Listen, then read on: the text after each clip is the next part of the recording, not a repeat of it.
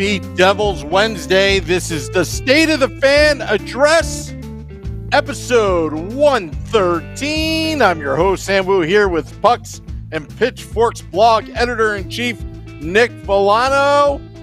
Streaming live on Facebook Live, Twitter Live, YouTube Live, and Twitch on the Primetime Radio Network. Also on Apple Podcasts, Google Podcasts, Spotify, iHeart app, Amazon Music Prime, Audible, and now in the Morristown Beard Podcast Library.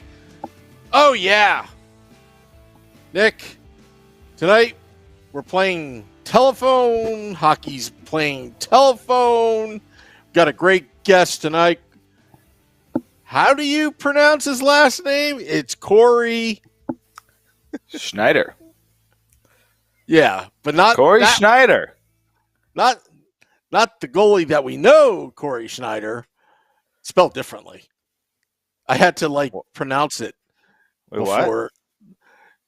Pronounce his last name before because the spelling is just it's unique. Yeah, I mean Corey without the E. You know, Corey always had that weird goalie name. No, we're actually talking about it. Corey Sznajder's he's honestly a legend in the analytics community, and he knows what he's talking about beyond what a lot of people are talking about because he's evolved with the analytics. He's one of the few guys who's been doing it for so long that he's seen the progression of it. He doesn't take other people's numbers and read them. He's been doing the numbers for so long. And Sam, you like the math guys. I tried to get the math guys on for you. I love the math guys. You know, I'm excited to have him on. He's been around for a long time, and he's at McKean's Hockey now, so he's been doing stuff for them. But Shutdown Line has been the Twitter account for years and years and years, and he's been talking about just about everybody ever since.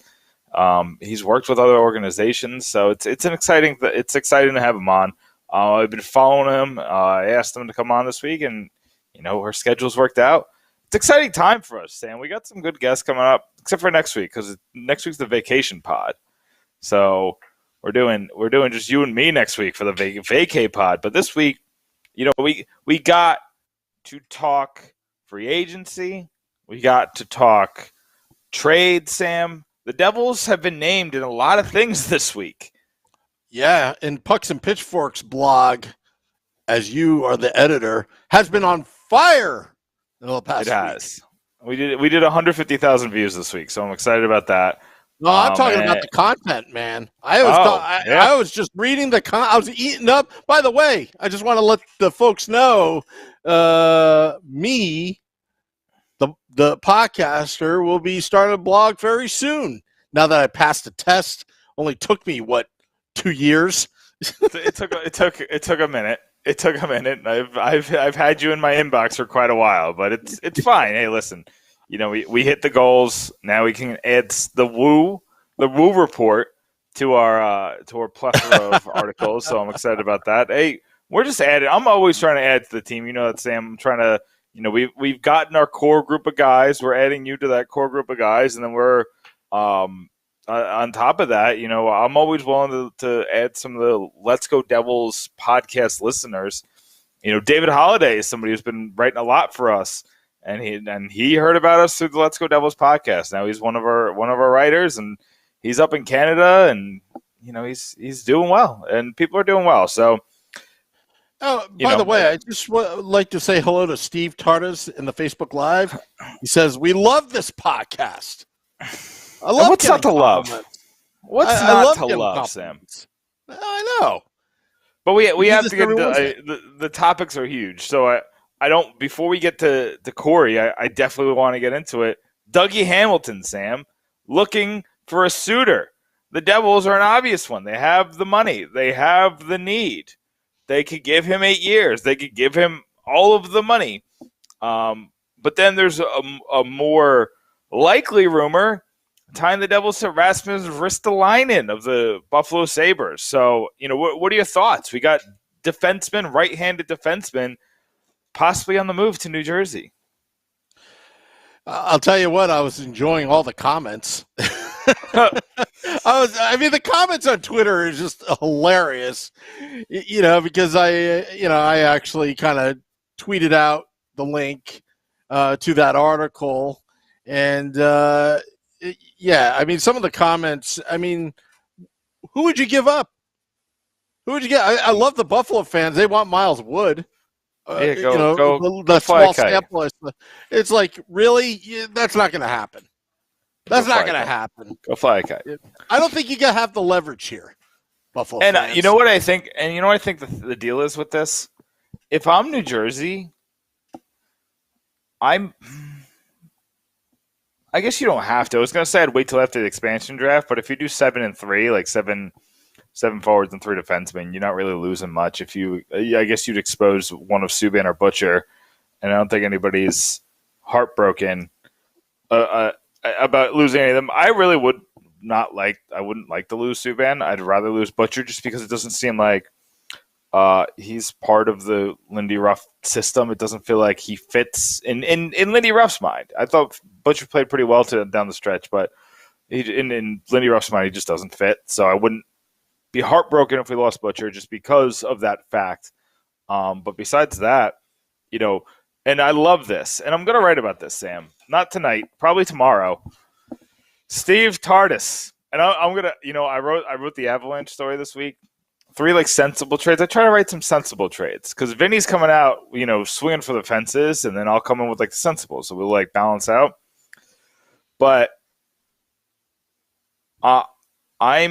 he said sign Cale Makar to a 10-year deal, 8.9 average annual value. You can't sign it to a 10-year deal, but you can sign. I'm trying to remember if restricted free agents could sign an 8. I think you can definitely sign him to a 7-year deal. 7 years, go $1 under that second threshold, which I think is 8 and change, the high change. I think it's $8.9 million. See what they do. The worst thing they do is then they have to give Makar that money right away, and they get in a cap crunch, and they can't sign Brandon Saad, and then Saad leaves, and he's a free agent. Maybe Landeskog leaves, and he's a free agent, and then they're in a pickle with the expansion draft. You could talk to them about Ryan Graves, who is their best penalty killer on the 8th best penalty kill as a defenseman. That's a move the Devils would like to make. I hate talking about restricted free agent contracts because usually the guys we're talking about are not worth the price. Like Mitch Marner was not worth 4 first-round picks, which is what it would have cost.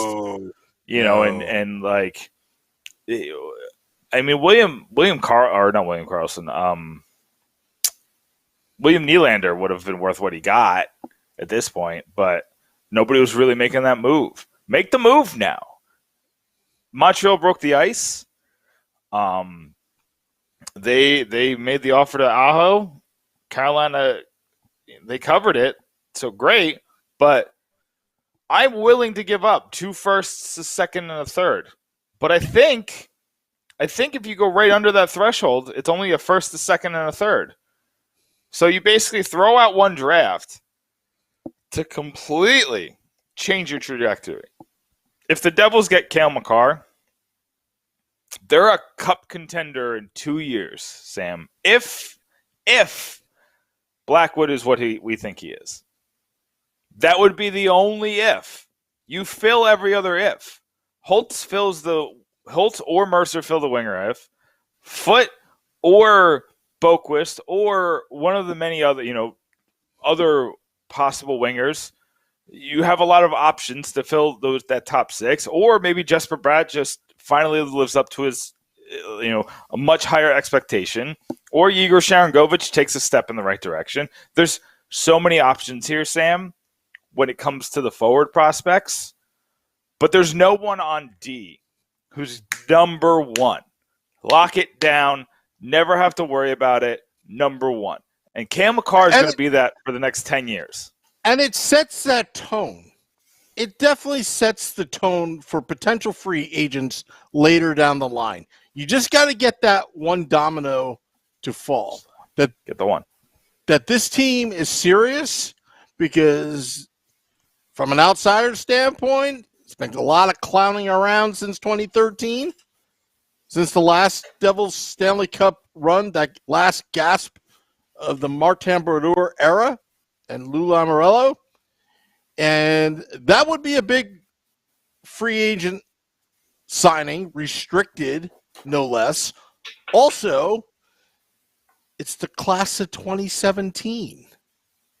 Nico and Cale. You never have to hear it again that we took the wrong guy.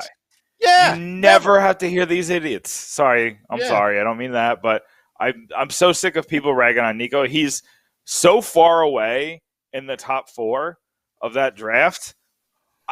It's fine. That draft was always kind of a crapshoot, kind of like what this year's draft is, just on a much higher scale because there's a lot better players at the top there. And you could have ended up with Nolan Patrick. You could end up with, there's a couple other guys up there that just, some of these people make it sound like the Devils drafted Alexander Daig. Yeah. It's like, come on. We didn't get Niall Yakupov. You didn't get, Patrick Stefan. You didn't get these guys who. First off, Nico's a badass. He trained with the military, the Swiss military. I mean, if that's not badass, and you know what? He just, it was drafted by a bad team. Had one miracle run his rookie year when Taylor Hall had an MVP Hart Trophy type season. So, look, I think it's still just a little too early to even say that. But hey, getting back to the subject at hand, Makar, I would throw everything. And you know what? It's time we get revenge on that team after what happened in 2001. Yeah. Listen, I was saying stay under in the third threshold. I don't care. You're right. Throw it at them. We have so many prospects right now that picks aren't a necessity. And I've been saying get picks for the 2023 draft, but I'm willing to give up that 2023 first-round pick for Cale Makar. Because I think he just changes the trajectory. He changes the expectations. Absolutely. Yeah. So, but I'm excited. I'm excited to talk to our guest. I got to go get our guest because, when you're talking about analytics, you're talking about math, you're talking about hockey, I'm all in. Talk to social media, Nick. Social media is excited. Social media is down with Cale Makar. Steve calls it a no-brainer. I'm waiting. Matt's waiting for a May update on Dawson Mercer. Brian Marcel, I know ownership keeps saying money is no object, but talk is cheap. I'm with you, Brian. Go after Cale Makar. Don't talk about it anymore. Be about it. We want to be a top flight team.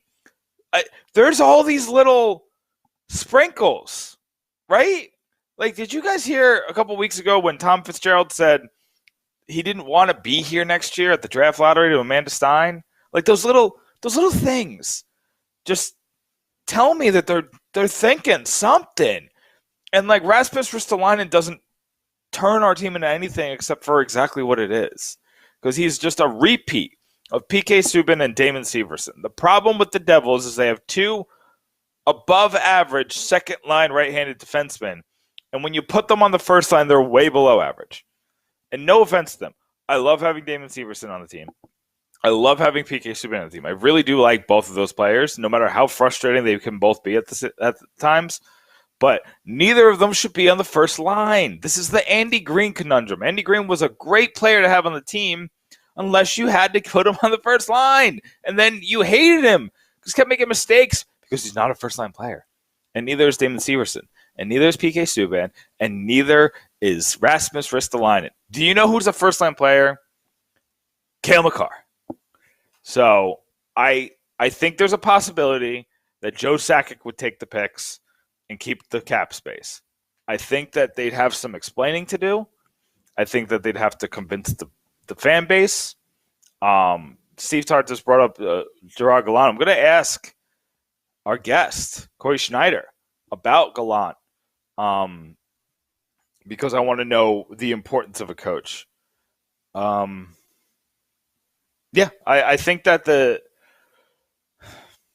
I'm going to set myself up for heartbreak, but I'm getting excited just about the rumors and the excitement and the Devils and Sam's back, and I'm excited about that. You're excited about me? I'm excited about our next guest. I'm excited already. No, not yet. Not yet. I was leaving it to you to talk math. I'll just sit back and analyze. Well, he's a writer at McKean's Hockey. His name is Corey Sznajder. You can find him on Twitter at ShutdownLine. Corey, you're on with Sam and Nick. How are you tonight? Doing well. Thanks for having me on. Corey, I can't really explain your background because it's a long list. So can you real quick just explain like what you've done? You've been in this community so long. Like, how would you explain like what you've done in the hockey community? Well, basically what I do is I watch a lot of games. I break down a lot of films, track stats from these games to kind of explain like what goes into a player having a good expected goals differential, like the things that they do on the ice, like zone entry, zone exits, shot assists, just a lot of stats that aren't tracked by the league. So basically what I do is I try to like dive deeper into it to find the why behind a lot of results and stats, at least the best I can do, because hockey is a very weird game. Yeah, I mean Montreal's in the Final Four, so that kind of tells you how weird this game is. Yeah, exactly. So let's turn to the Devils. There's been rumor after rumor after rumor after rumor. There's rumors about Rasmus Ristolainen and Shane Gostisbehere, but I want to get to that in a sec. I want to go for the big fish right off the top. Dougie Hamilton. He's been partially named with the Devils. Elliot Friedman specifically said the Devils would be interested. A couple others have at least thrown the Devils' name out there because of cap space, because of need, and yada, yada, yada. My question to you is, A, do you think that the Devils would be a good fit for Hamilton? And do you think that trading for that 8th year is a smart idea?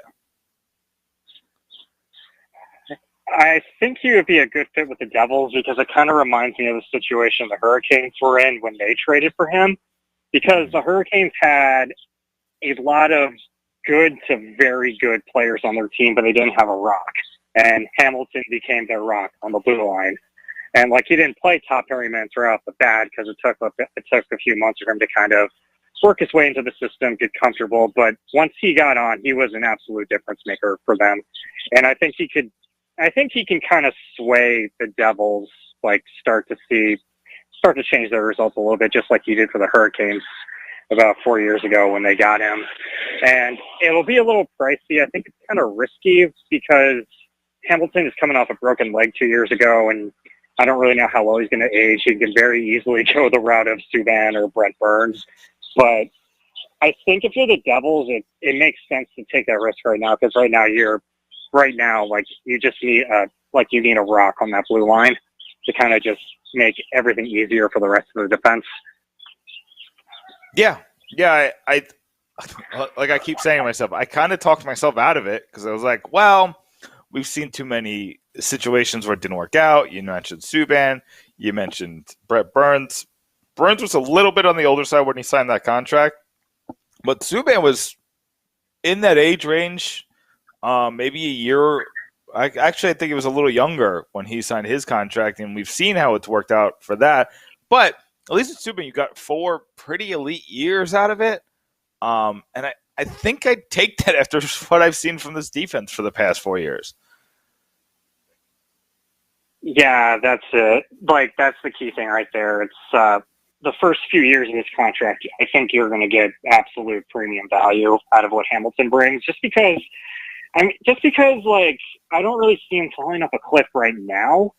Like, even after he just came off a broken leg, like, not even 2 years ago, and he was a top pairing defenseman last year, and he honestly didn't look that different at all with the Hurricanes.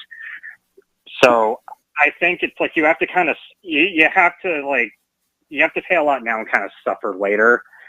And if you're a team like the Devils, I think you can afford to do that right now. They have a pretty clean cap sheet in a couple of years. Like, personally, I think the Hurricanes should absolutely just re-sign him, kind of bite the bullet just with where they are right now in their window. But with the Devils, they're still trying to create a window, and I think adding a player like Hamilton can definitely start to open it. Yeah, I think the Devils, like, after how many years they've done building the assets, having just a stocked cabinet. They don't have as many like high flight prospects as Los Angeles does or Colorado, but they have so much depth of prospects. They have 30 prospects that can make the NHL one day. So when you have that much to fall back on, that's a lot of lottery tickets.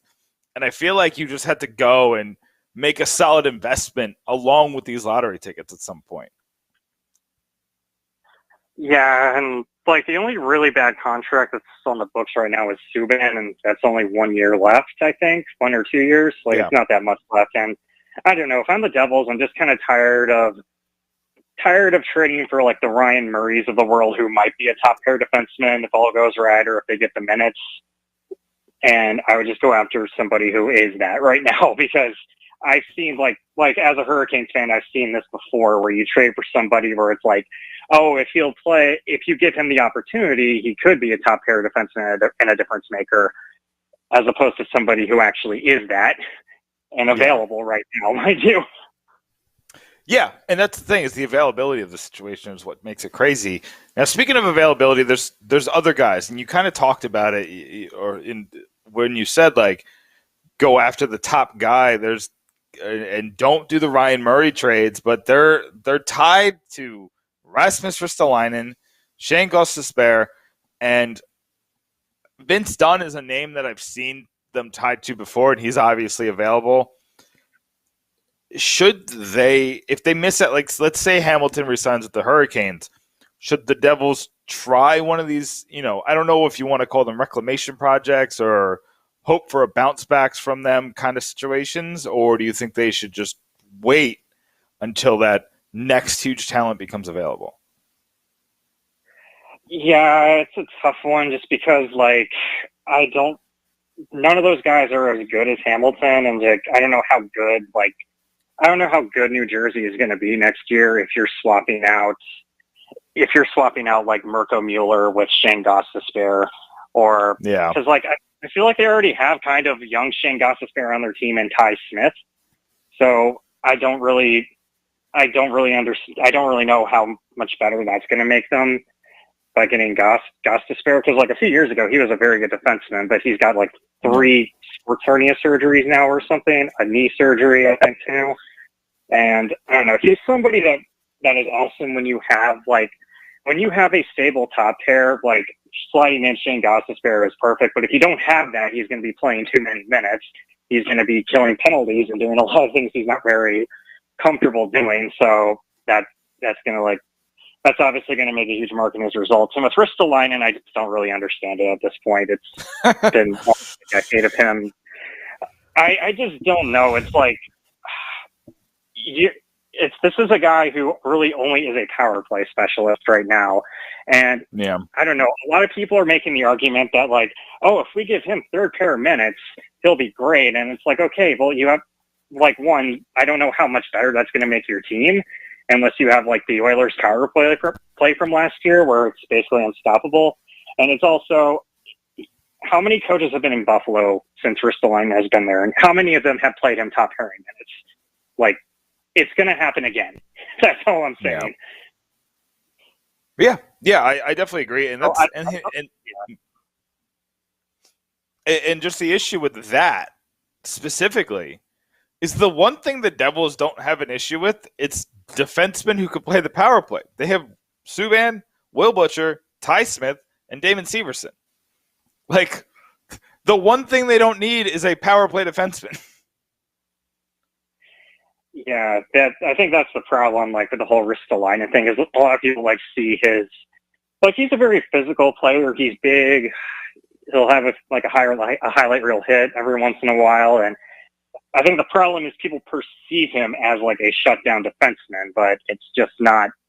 That's just not how the results have worked. Like, I mean, I know Buffalo has been a terrible team, but it's also, like, are you going to give up an asset just to really... At best, you're going to get what you have in Subban right now. So it's like, I just don't really see the upside there, especially if you're trading something for him. Like that was a weird rumor that kind of came out. So I hope it's really one. Think they should kind of. Yeah. I just hope it's one of those, like, Buffalo is trying to, like, get people going or like push the Devils, and the Devils are just like, I'm not into this dude. Maybe the Devils asked for Rasmus Dahlin and they misheard them and they're trying to figure out, like, oh, why are they offering this much for Rasmus Ristolainen? This is great. Let's put the rumor mill out. Like, I don't know.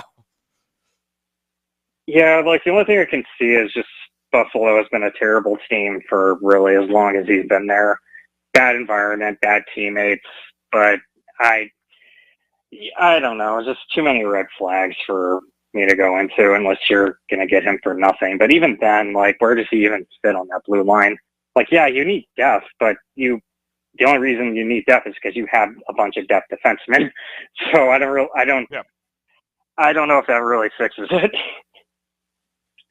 Yeah, if we got Rasmus Ristolainen, I predict the Devils end in the exact same place, and that's in second to last place next year, with some team falling apart in the division, and then the Devils finishing just above them, ending in the same spot, hoping for lottery luck, because it just doesn't move the needle. It doesn't fix any of the flaws.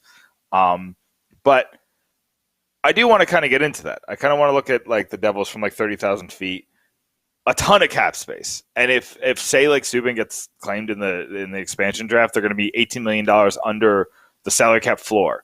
So clearly, they're going to have to spend this offseason. And there's some interesting players available. First, I want to focus, is there any free agency names that you have your eye on that you think would be a good signing? I mean, I think Brandon Saad makes a lot of sense for them just because of how they play, and Brandon Saad kind of fits into that. And, like, I don't know how much he's going to move the needle there, but they do need some more.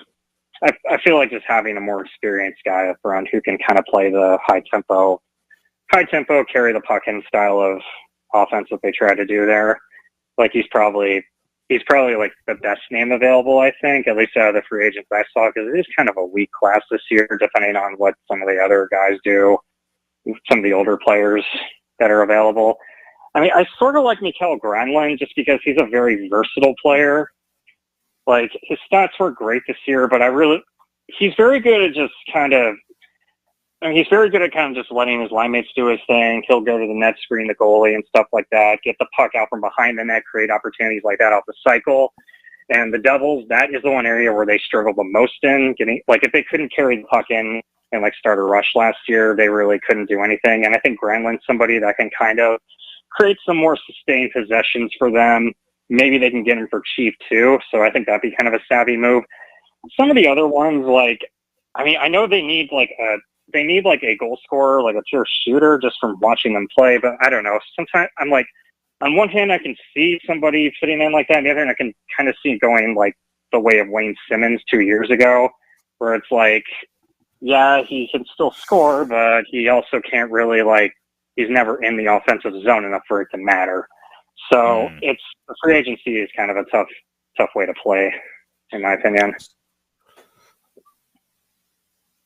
So what do you think of free agency in general? I'm seeing this pop up on the timeline sometimes that, either free agency never works and it's just not a tool teams should use ever. Are you on that side where you're, if somebody gets a free agency, the contracts just go bananas and it's not worth it?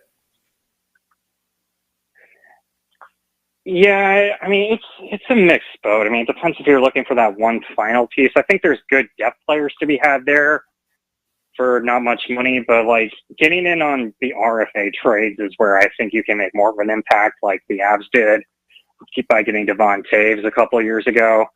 I mean, Vegas did well by getting Pietrangelo. That was kind of a weird thing, though, just because they had to move Schmidt to get Pietrangelo. I don't know how many teams can even do that. But, yeah, it's a tough game to play because it's a tough game to play. I think the trade market's probably the better way to go just from seeing what my team has done the last few years, because the big trade they got over was Hamilton. And they went into free agency 1 year, got Gardner, Dzingel, and none of those guys really worked out. Whereas the guys they trade for, they're still young, they still have a lot of upside, they still have a lot to give, and they're still cost controlled because they were signed as RFAs, like Vincent Trocheck. So he's still signed for another 3 years, and he's still a very good player, and he's only 28 years old, I think.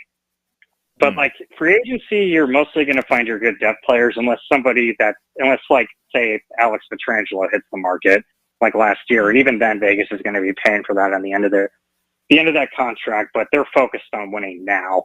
A team like the Devils, though, I don't really know if free agency is going to boost them that much.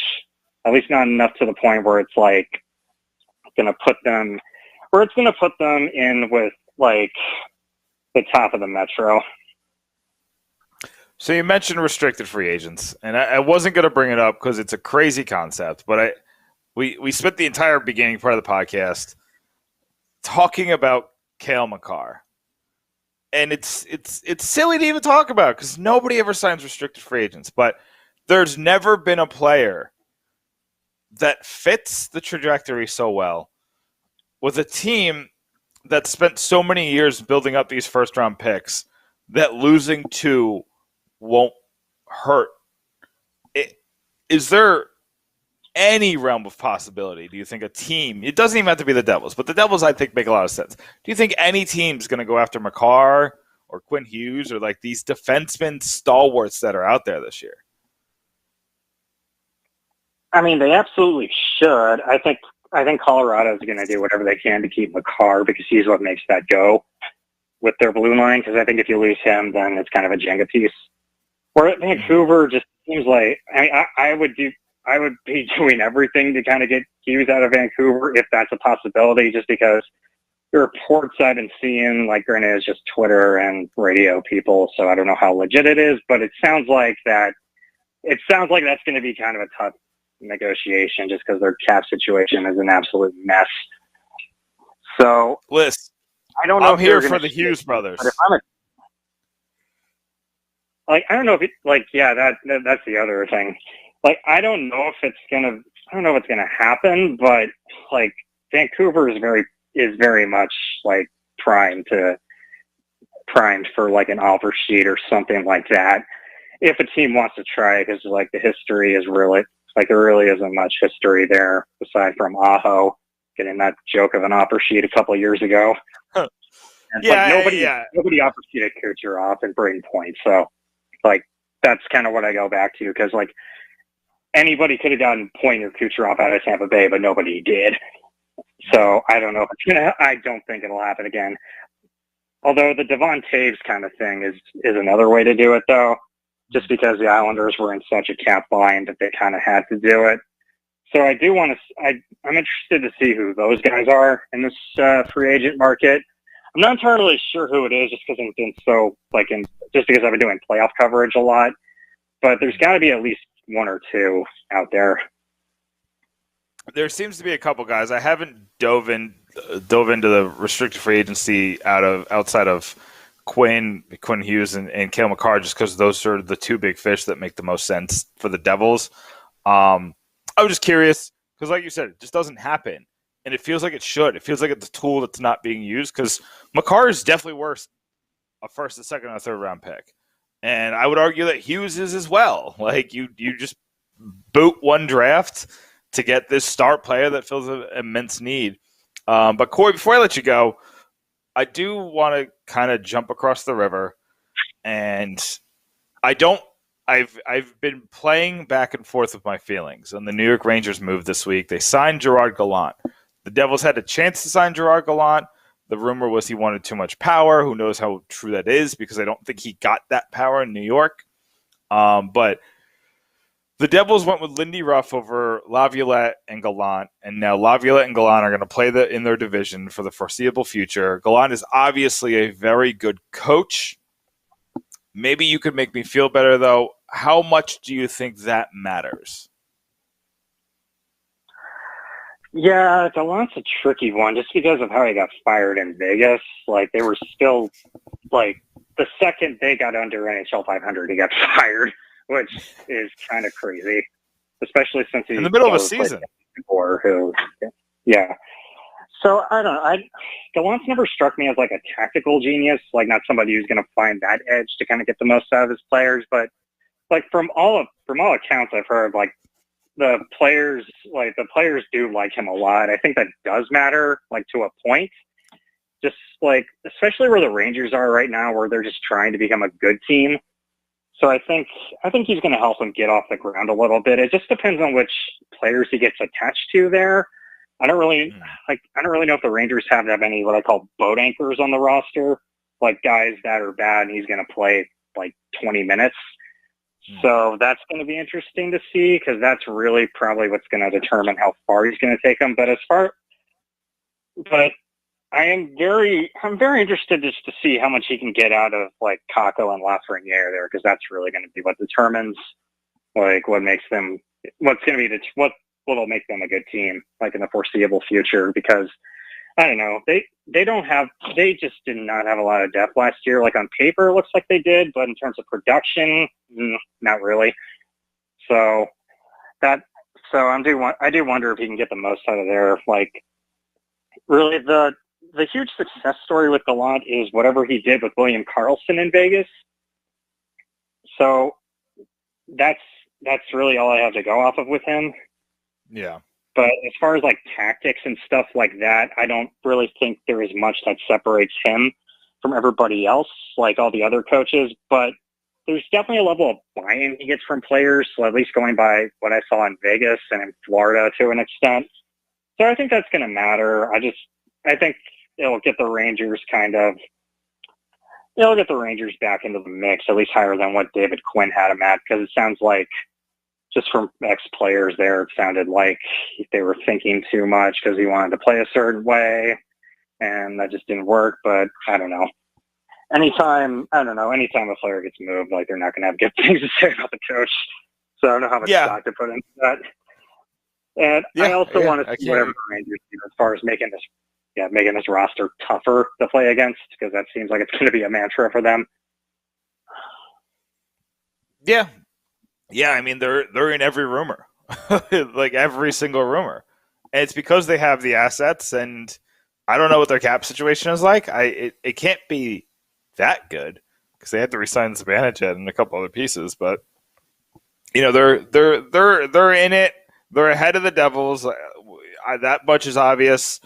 But Corey, before I let you go, you know, plug some of your stuff. Let people know where they can find you. Let people know what you're working on. I want people to go and check out this analytical legend that we got on the podcast right now. Well, you can find most of my stuff at Shutdown Line on Twitter. This week I'm going to be doing a lot of playoff coverage, mostly on that Islanders Lightning series. So I'm going to be tracking stats for that, doing a couple of tactical breakdown posts on McKean's. I'm working on that right now. Should be ready in a couple of days. So yeah, that's kind of what my world is right now. Yeah, I mean you're knee deep in the playoffs, and I really appreciate you coming on, giving us some of your knowledge, and taking just a quick break from the playoffs just to speak to us. I'm going to be retweeting some of your stuff from the Pucks and Pitchforks Twitter account, just so you get that double dose of timeline in case you miss it on the shutdown line. But make sure you follow Corey. Make sure you follow his work because it's well worth it. Thanks so much for coming on, Corey. Yeah, thanks for having me. Thanks, Corey. That is Corey Sznajder of McKean's Hockey. Talking analytics, talking math, hockey math, that is. Hey, his hockey math was much better than an .875 save percentage like the other Corey Sznajder. So good on Corey. Sorry, I hate ragging on Corey. Well, I really love Corey, but I'll tell you, that's a really cool way of spelling Sznajder. I think it's pretty awesome. I don't think he chose it. I know, but I think it's just a cool way. But he brings up a good point. We've been talking about Makar, right, Sam? We've been talking about Makar and the offer sheet to Makar, and I think that makes the most sense. But I think the Quinn Hughes one is more likely. Even if, let's say, it's 5% likely that the Devils make a restricted free agent offer to Cale Makar, I think you double that. I think there's 10% that they can make a move on Quinn because Vancouver seems not sold on him. They seem like they want a little bit more out of him, and they're going to pay Pettersson. Elias Pettersson's getting paid this offseason. But I'm going to tell you, because I remember I was looking at their cap situation a couple of weeks ago, and I was like, they're in a weird spot because they have next year. Wow, they have a lot of stuff going. So they have $15 million, right, Sam? Mm-hmm. They have 3 defensemen signed, and they have 9 forwards signed. So they need to sign 3 forwards and 4 defensemen with $14 million. And 2 of those players are probably going to take all of that money. So obviously they're going to lose somebody to the expansion draft, but it's probably going to be a guy like Antoine Roussel or I would say Jake Virtanen, but he's been he's been. I think that nobody's going to want him. He's kind of in a bad situation right now. So, but like people are acting like Seattle's going to come here and take Tyler Myers. And they're not, because Tyler Myers is bad at hockey. So you're stuck with $6 million unless you buy him out. You got to buy. I mean, they have to buy him out. Just bite the bullet. They got to make cap space this year. They're going to have to do some cap gymnastics. They're going to have to call their friends, the Lightning, and say, hey, we gave you the pick that turned into Blake Coleman, and Blake Coleman brought you the Stanley Cup. So tell me how you figure out this cap stuff. Or they're going to do something like give up that first-round pick for them to take Myers, for Seattle to take Myers. That first-round pick's 9th. But they got to do something. They got to pull a crazy move because they're in trouble. And the rumors are out that they are not that high on Quinn Hughes. So if the Devils can pull off a move where you get Quinn, Jack, and Luke Hughes all on the same time, on the same team, I wasn't like that into the brothers thing when it was just Jack and Luke. If you get the 3 of them, Sam, they're never going to leave. Like, what I would do if I was the Devils. I've been daydreaming in my head. Go ahead first, and I'll tell you my nonsensical daydream. Okay. If I'm making a trade for Quinn Hughes.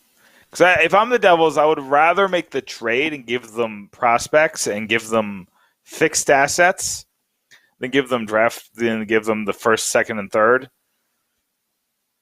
But because I don't think Quinn Hughes, I think Cale Makar brings us to like here as a team over the next 3 years, and I think Quinn takes us to like here. Right now we're like here, like we're off the screen, but then Quinn brings us up a little bit. But Cale just fits so perfectly.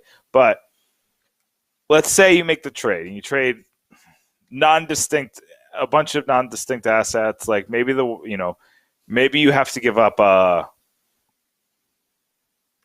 a Riley Walsh. I would just give him a bunch, like Riley Walsh, and give him some of those guys that played on the second and third line last year. Like I would, they're going to ask for players like Kuokkanen and Sharon Govich, and they're going to ask for Holtz and Mercer, but I don't think you need to give them that. If you give them, you know what, I was dreaming in my head. Just imagine if you did Cale Makar, a ridiculous offer sheet, and then who would you trade in a trade to get Jack's brother out of Vancouver? And this is just imaginary. You would have to part ways with Ty Smith, wouldn't you, to make that happen? To get Quinn? You think so?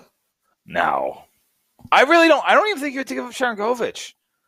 Vancouver is in rough shape. I think you give up the Islanders first. I think you give up next year's second. So they get a first and a second, like the offer sheet would have given them. You give them, and then you give them 3 B to B plus prospects. You probably have to give them Foote. Foote's probably like the top prospect you're giving, and that stinks, but I'm not crying if it's giving me, you give them Foote, you give them. I mean, I'm trying not to make like amazing. It would be amazing if Fitzgerald was able to pull something like that off. It's not going to happen. There's no way. Maybe you give up and Hughes at the same time. That would be amazing, though. Yeah, I think that. But here's my thing. Here's the point that I forgot to make before, is that if you get Quinn, you hand Quinn and Jack the same contract. Here's 7x7. You get Nico's contract. Both sign it. Call it a day. You got Luke, 3 years under the entry-level contract when he comes over from Michigan, which is probably 2 years from now. So it's 3 years after that. So his contract will come up when they both have 2 years left. So you could sign him to a long-term deal, and then 1 year later, you go back to Jack and Quinn and be like, here, your brother's here for 5 more years after this. Here's another 5-year contract. Then you have a legacy. And then this team, I literally just told you how to profit off this, Sam. Imagine 12 years of the Hughes brothers. Well, they better win a cup. It's never going to line up like that. It's never going to line up like that. They better win a cup. I mean, the Sedin twins, I mean, that, for example, I mean, that worked out pretty well for Vancouver. They were just one game short. Yeah. Yeah, I mean, just one game short. It was so close that they rioted. So it was, and honestly, like, it happens that way. Only one team can win it every year, Sam, and there's 32 teams now going for it. But if you look at look at this, like, and that's another thing. Like, the prospect pool just got that much more watered down because you added another team when you already had another team a couple years ago, and you have this much talent in the system, Sam. You have this much talent in the pipeline. You have to make a big move. This is the offseason where big moves are there. Like, it's not like an Erik Karlsson who's available. It's not like a Brett Burns, like he said. Dougie Hamilton's available. He's the Eric Carlson comp. But then you have Hughes, who's a restricted free agency, and McCarr, who's a restricted free agent. Those are the three. If I'm the Devils, stop talking about Rasmus Ristolainen. Stop talking about the only way that you're talking about Rasmus Ristolainen is if you're trading Damon Severson to Toronto for a star. And they're not going to give you a star for Severson. And even if you add a bunch of stuff to Severson, they're not going to give you a star. So I think if you get a young star for Severson, there's no point in getting Ristolainen because Ristolainen mimics what PK Subban and Damon Severson already bring you, and having both Damon Severson and PK Subban on the team has been a problem because you can't play them third-line minutes and you can't play them first-line minutes, and there's only one second-line minute spot unless you make Severson playing his offhand, and that didn't work last time. The Devils are in a spot where they can and they should make a big move. The Rangers made their big move 1 year too early. If they got Artemi Panarin last offseason, it would be the perfect contract. Now, I still think they're in good shape, but they're 1 year off. The Devils are not. This is the year because then they can figure out some of the bumps and bruises next year.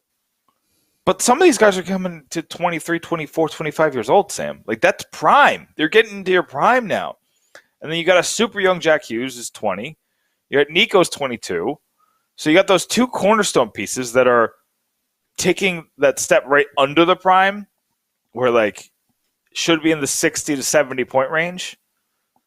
You got guys like Sharon Govich and McLeod and Zaka who are getting into prime age. And Miles Wood, prime age, and then you can make that big move. You got to make the big move. You got to go for it. They've beaten around the bush so much. And when they went for it, Sam, they did it for all the wrong reasons. I really, truly think that when they went for it in the summer of, 2019? The summer of 2019, when they went for it, they did it to impress Taylor Hall. And honestly, if you really wanted, if your goal was to keep Taylor Hall, it wasn't a bad move because if it worked, he would have re-signed. I think that much is obvious. I think Taylor Hall just wants a team to love him, and he's just been bounced around these past couple of years trying to find his spot, which is why I think he's so eager to sign with Boston. I think he really does want to sign with Boston because he finally feels at home, like he felt at home with the Devils 4 years ago. The Devils just kept losing, and he was too frustrated by it because he spent the first 10 years of his career mostly losing. So I think I think the mistakes were in the moves that they made, but I think the concept of making those moves made sense at the time. Now you're making those moves not to impress one player, not to keep the franchise cornerstone on the team. You're making those moves because it's the right time. The timing is right to make the moves. Maybe you have one more season when you miss the playoffs, but you're competitive. Teach these guys how to win. Teach these guys what competitive hockey is like in March. I've talked a lot, Sam. What's your rebuttal? There is no rebuttal. I kind of agree with you, which doesn't happen too often. But look, the fans right now need something legitimate. They need something legitimately exciting. And the thought of having the Hughes brothers all on one team, I'm not so sure about it, but they are definitely talented. But think about the defense. Think about the young defense for the next 10 to 12 years, mixed in with Jack Hughes and Nico Hischier and Mackenzie Blackwood. you think Mackenzie Blackwood is the goalie of the future right now? Do. I think it's a make or break year next year. No, it's absolutely. You are 100% right. If he doesn't figure it out this year, then I think you have to make other moves. But here's the thing, Sam, is you got two. Like, I just did my prospects list, right? And that's going to come out probably the end of this month. Okay. It's definitely going to come out by the end of this month. But I have the list done. So let me look at it real quick. I have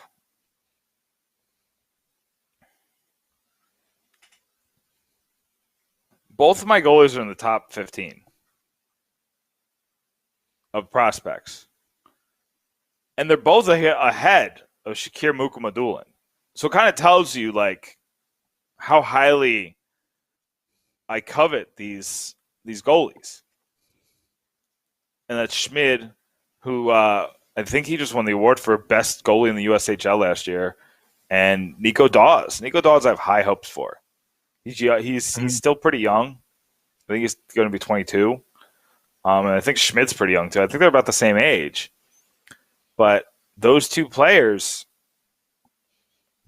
I mean, if Blackwood doesn't work out, it's not like you got nothing in the pipeline. Like, literally, you have this is literally in the pipes line. We'll call it the pipes line.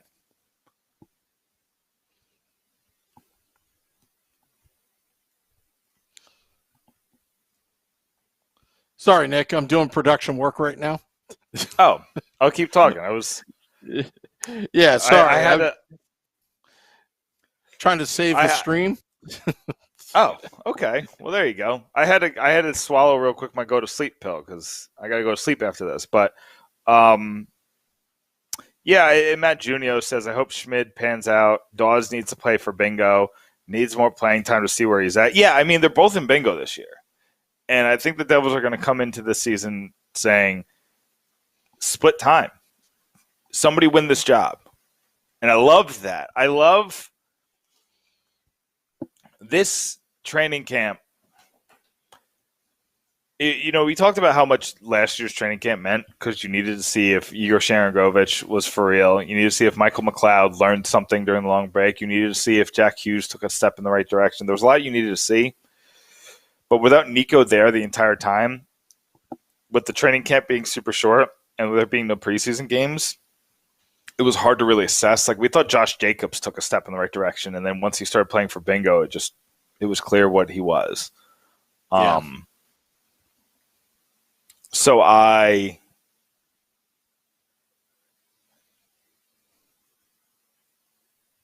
lost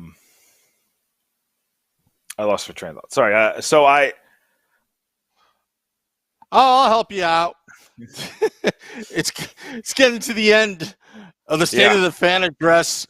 Next week you'll be on vacation. I'm going on vacation right after this podcast. How about that?